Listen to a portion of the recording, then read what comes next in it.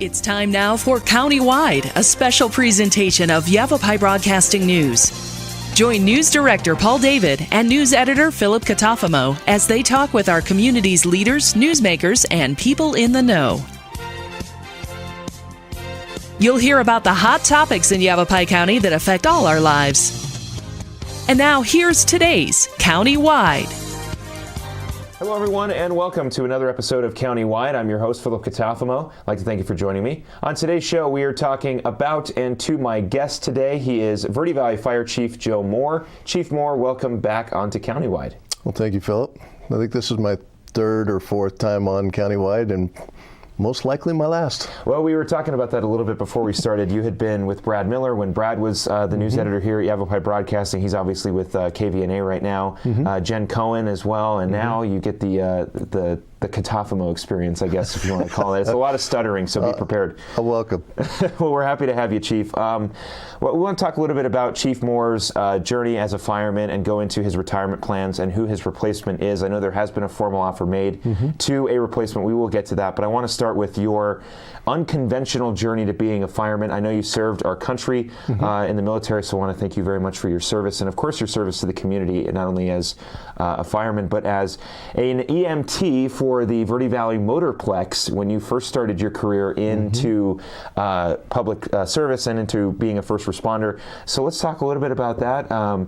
I know there was a need for an EMT and you guys were paying for one. Where's the story with that as you were working for the Motorplex? Well, I'm going to back that up just a little bit. Okay. I got out of the Marine Corps, spent 5 years in the Marine Corps and Desert Storm, and came back here. This was our home with my wife, Kim, who was born and raised in this valley, and basically didn't really know what I wanted to do. Went back into construction a little bit, and then the kids wanted to get into motocross, and we did that, and then we decided, well, this would be fun, and met some friends that was willing to, hey, let's do our own track, and we did that. Well, we built our track. The Verde Valley Motorplex was myself and the Johnson family, and we were paying EMTs to come out and stand by, because people are going to get hurt. It's extreme sport, and Verde Rural Fire back then was providing us 2 EMTs that we would pay the EMTs, and they would subsidize the ambulance and allow them to bring the ambulance out. And I'm like, man, I'm paying these guys $15 an hour. I could probably cut it, this out of my budget. If I became an EMT, maybe I only get one. And so I went to EMT school in Sedona. And one night when I was in the class, I'd showed up early and I walked up to the classroom, and there's a hallway from the outside that I walked into, and one of the captains was walking down the hallway. We came to a blind corner and scared each other. God bless him. Dave Ahern was his name. He was also one of my board members later on in Clarkdale. But we ran into each other, and it's like, who are you and what are you doing here? I'm like, Joe, I'm here for the EMT class. And he looks at me and goes, you're too big to be in an ambulance. You need to be a firefighter. And I'm like, okay. Well, how's that work? And he goes, well, every day I work is a Friday. I work 1 day a week, get 2 days off. I'm like, all right, I'm working construction right now? This sounds really good. How do I get into that? And Dave and some folks helped me get in, and I started as a volunteer for Cornville Page Springs Fire in 1997. And then from there, obviously, it led you to a few stops in your career working with former St. Louis Rams owner Georgia Frontier before she passed away, obviously. We'll talk a little bit about that. Sure. If you got a quick story on that one. We were, so my wife got into the EMS and became a volunteer as well. I got full-time with Cornville Page Springs, and we did that for about 7 years. And we became friends with Georgia. Kim started doing her nails at her beauty shop because Kim was a beautician as well as a paramedic. And Georgia one day offered us a position to be personal assistants and help her out and be there, medically if we could or whatever. So we did that from 2005 to 2006. And God rest her soul. She's an incredible person to us for sure. She passed away in 2008, but it was a year of experiences that we could never have imagined ever doing without her in our lives, and so that was a great experience. From there, obviously you talked about your start with Cornville, and then you moved on to Clarkdale Fire as well before you took the job as Verde Valley Fire Chief in 2018. What kind of stuck you around with fire? Why did you feel like right after you clearly you talked about running into the fire captain and him kind of guiding you almost to this career when you're just going in there to basically cut costs. You're going in there for a cost-cutting measure, and it kept you in fire for this long. So what about the job made you want to stick around?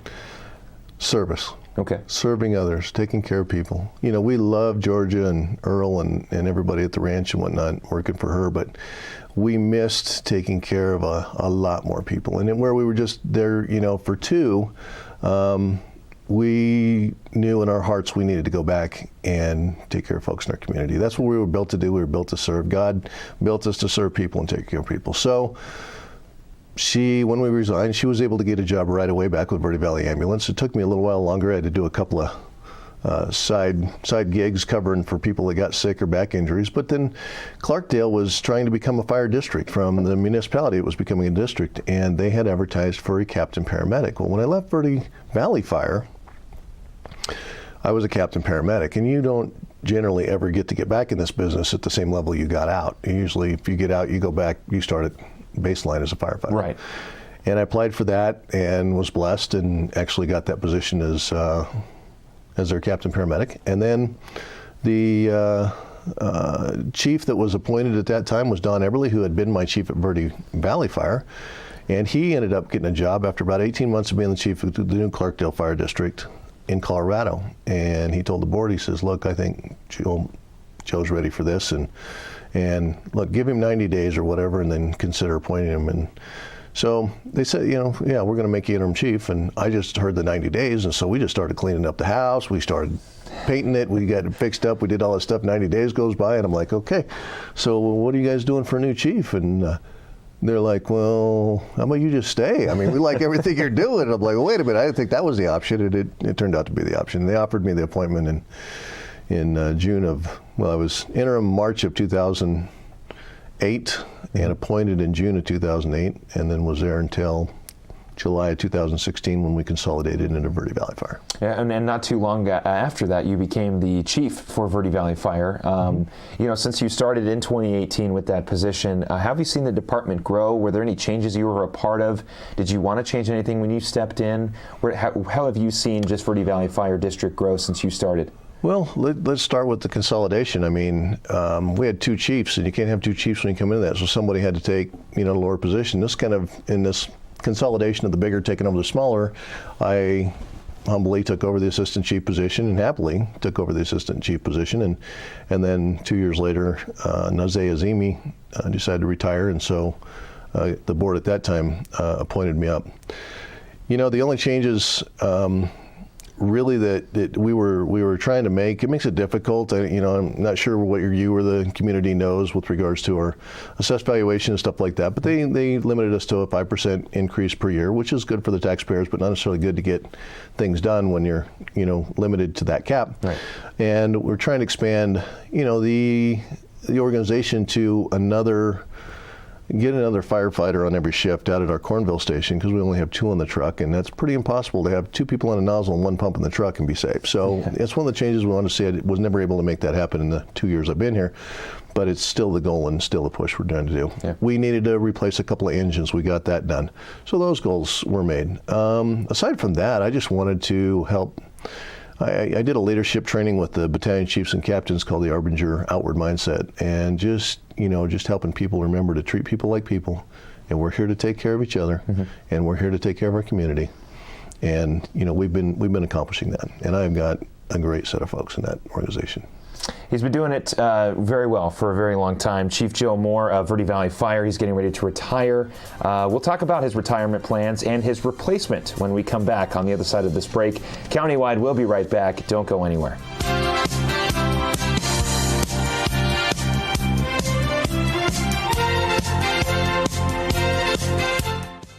Who doesn't dream of home improvements? Perhaps your kitchen, the real living room. Maybe the bathroom, where you bookend your day. Langstrand Contracting is your one-stop shop from tear down to finishing touches. With 35 years of experience, Chris and his team will work with you to match your family's style and budget. Call Langstrand Contracting today for guidance in bringing your vision to life. Award-winning Soundbites Grill is an entertainment restaurant located in Uptown Sedona at the Hyatt Pinion Point Resort. Open for lunch and dinner, featuring fresh fish, all-natural hand-cut beef, even a full vegan menu. Family-friendly, open 11:30 to 9, late dining on Friday and Saturday. Soundbites Grill has some of the best views of the Sedona Red Rocks. Offers world-class entertainment, food, fun, and music. Hi, this is Greg at Verde Solar Power. You know, Arizona has lots of clean, renewable sunshine, and we want to help you take advantage of it with our quality solar installations, and we offer to beat any written offer on a residential solar electric system. So bring us your electric bill and let us show you how solar power will save you money. We're located conveniently here in the Verde Valley and are dedicated to helping the valley go solar. So remember, the energy solution comes up every morning. Starting in the late 1920s, Grandpa Gettle and his brothers laid the groundwork for what would become a family legacy. Almost 100 years and 100 patents later, Gettle's High Desert Mechanical continues to raise the bar of quality heating, cooling, and plumbing products and services in the Verde Valley. Call Gettle's High Desert Mechanical Heating, Air Conditioning, and Plumbing at 567-2200 or online at GettlesHDM.com, providing solutions for your comfort. Don't settle, get Gettles.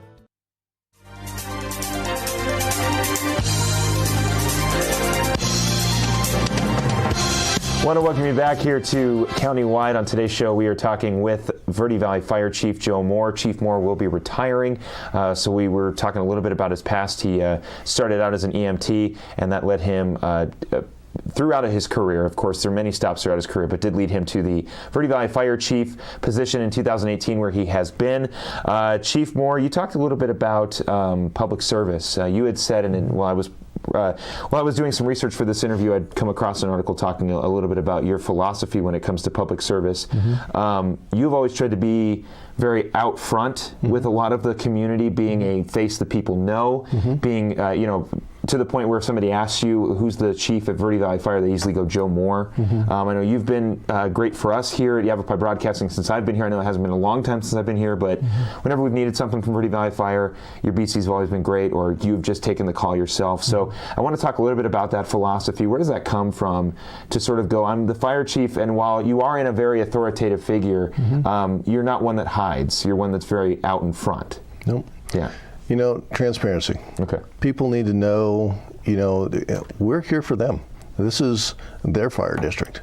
It's their tax dollars that provide this service.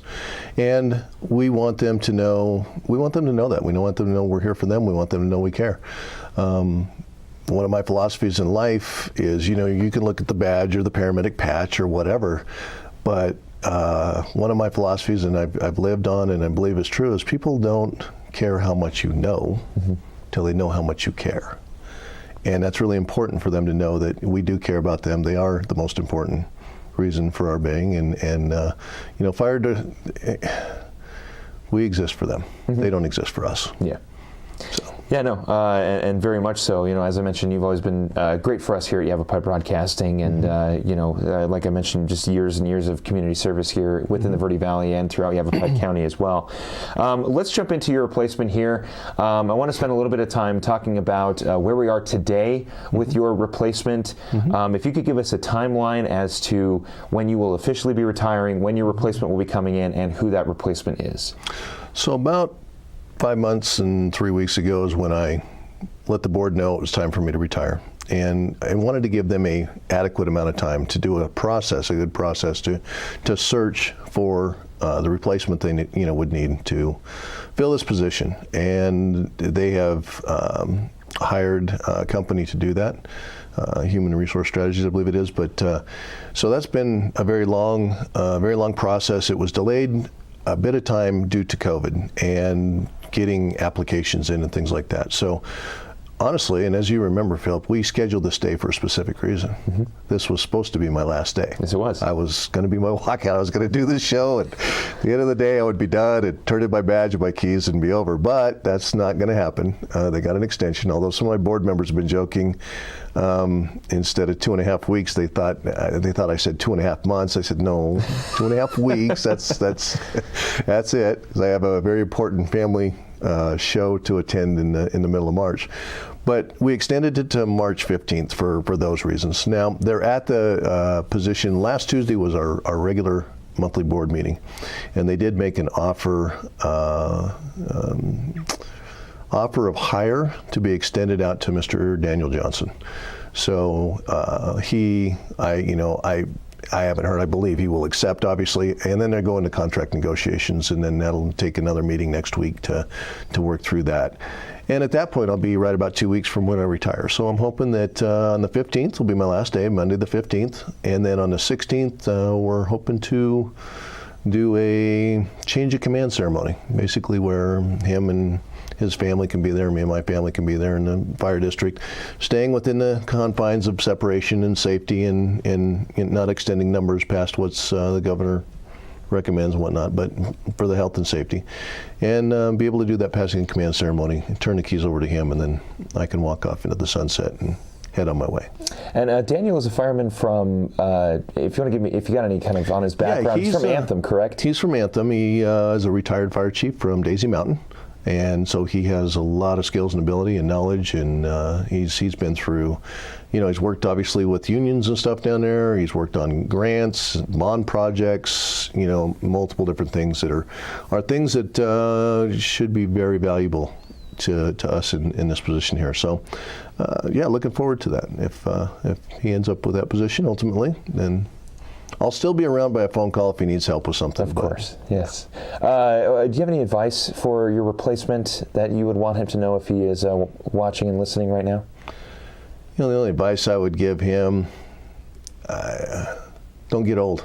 I think you can say that to everybody. Exactly. He's much younger than I am. He's got a lot of energy, and I'm really excited about that for him and for the organization, to see where the organization goes next. I don't know that I'd have that much advisement for Mr. Johnson because I do know him. I've known him for a few years, been very involved with the State Chiefs Association, and my only advisement was if you stumble anywhere, you need some advice, give me a call. But otherwise, it's your ship and time for you to direct it. So we've got about 2 more minutes before we head into our second break here.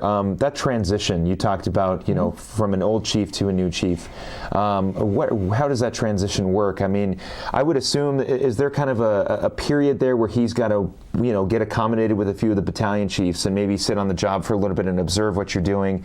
How does that transition work from the day he steps in to the last day that you leave? We wanted a transition period of about a week. The board was hoping to have about a week where we were both working side by side. And I don't think that's going to be able to happen. He obviously needs to give a 2-week notice to his current job. He works for a private company today. And maybe he's going to accommodate that or get some days in with me. But otherwise, there isn't a transition period in this particular case. I know in my wife's condition, they're working on a month transition where they'll work together. Okay. And so, but the most important part of that is getting him connected with community folks and the important folks he needs to. So I will go out and make those introductions with him and get him connected and best I can before he takes over. Okay, very much so. So we could be looking at a new fire chief. I know Chief Moore really wants it to be March 15th so that he can move on to his retirement plans, which we will talk about on the other side of this break. Countywide is going to take a quick break. Stay with us. We'll be right back.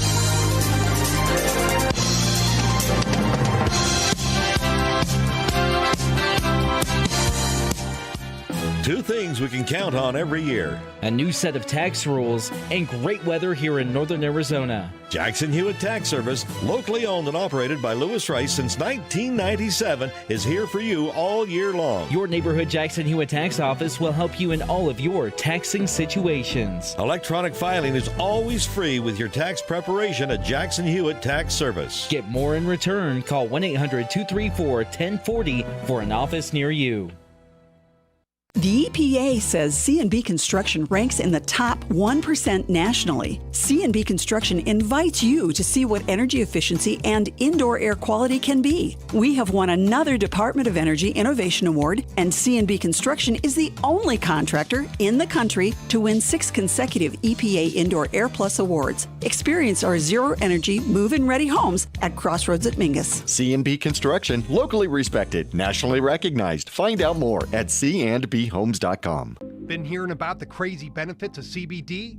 Find out how CBD can help you at Sedona's #1 resource, CBD Sedona. Come in for a free consultation and let our trained medical staff help you find the perfect product for you. Pain-relieving salves, full-spectrum oils, CBD skincare, bath bombs, and even CBD for your pets.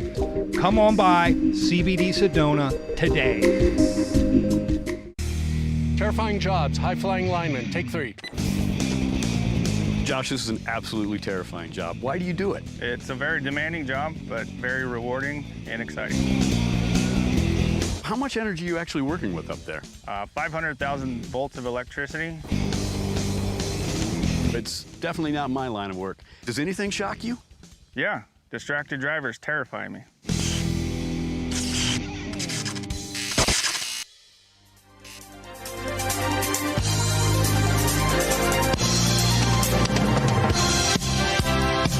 I want to welcome you back here to Countywide. On today's show, we are talking with and about Verde Valley Fire Chief Joe Moore. Chief Moore is looking to retire at the middle of March. There is a replacement named. It is Daniel Johnson out of Anthem. Currently waiting for him to accept the offer, but a formal offer has been made to him.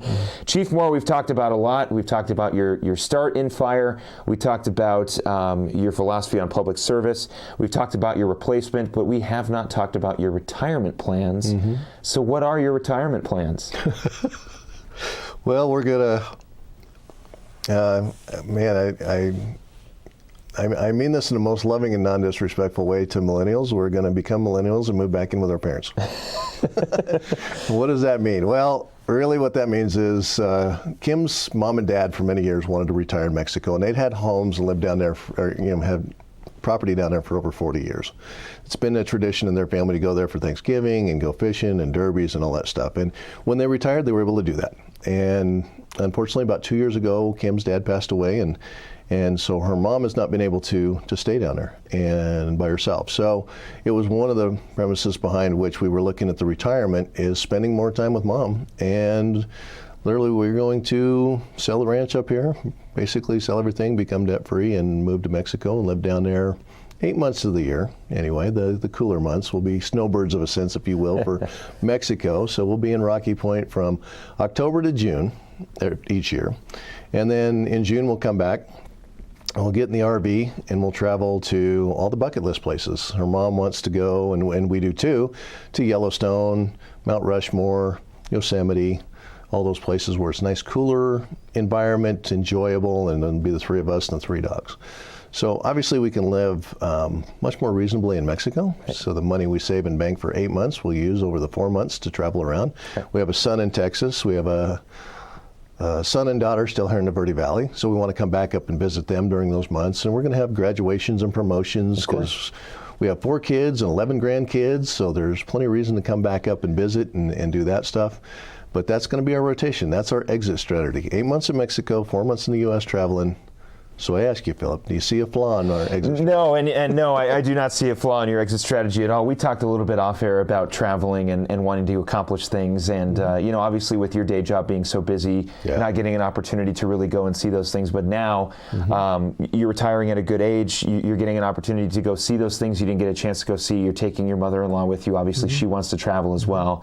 No, I see 0 flaws in your plans. I guess you had said you wanted to go and really, in my opinion, there is no bad flaw for a retirement plan, I guess. I guess it just depends on what you end up doing. Well, unless you're just going to sit on the couch, watch TV. Yeah, no, I guess so. But it would make sense for you, being a fire chief. I would pick the most mundane, boring thing to do afterwards because I'm go since the jump. But Chief Moore, I want to, before we end out, I do want to say thank you very much for your service to this community. Like I said, you've been great to me and Paul since I took over for Jen Cohen. You've always been available incredible for us. I appreciate that. We look forward to keeping our relationship with Verde Valley Fire going. I know that the department or the district is looking for extrication vehicles. Just real quick, where can people go to donate unsalvageable or salvageable vehicles to help you guys out? Sure. We have new extrication equipment we have to train on every year, and the district's looking for anybody that has running, not running vehicles, any condition, to donate to the fire district as a taxable write-off. They need to call the fire station at 634-2578, leave a message for firefighter Ryan Dufresne, and he will contact them and make arrangements for the pickup, and so that we can get the vehicles and do the extrication training of the jaws of life, as everybody remembers it, and practice on that, so we continue to be proficient in saving folks. So before he heads south of the border to Mexico to officially retire, Chief Moore doing us a service here, coming on to Countywide and talking about his extensive fire career. Chief Moore, thank you very much for coming on today's show. That has been today's episode of Countywide. I want to wish you a great rest of your day, and we will see you next time.